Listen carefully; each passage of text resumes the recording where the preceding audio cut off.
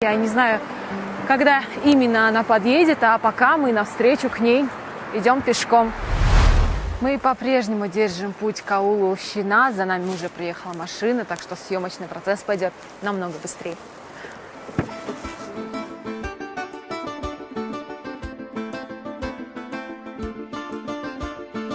Какая прелесть ехать на машине, а не топать на своих двух. Спустя минут 20 нашему взору открывается первая панорама аула Шиназ. Селение Шиназ – удивительное место, где сохранилась богатая история, традиции, самобытность. Село расположено на высоте 1650 метров над уровнем моря, в 13 километрах от райцентра селения Руту. Шиназ – это один из древних дагестанских аулов, который еще в Средневековье славился своим ремеслом, земледелием и животноводством. В XIX веке здесь побывал один арабский космограф. В XIX веке он рассказывает: Шиназ – город страны Лаксов, расположен на склоне очень высокой горы. В течение 7 месяцев в этой стране бывает чрезмерный холод.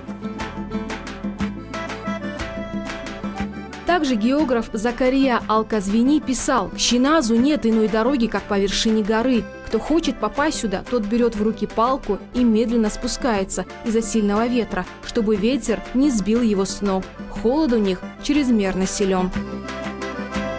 Шиназ – это самое холодное селение Рутульского района. Изготовление кизяка здесь целое искусство. Из него строят заборы, а зимой им отапливают печи и греются.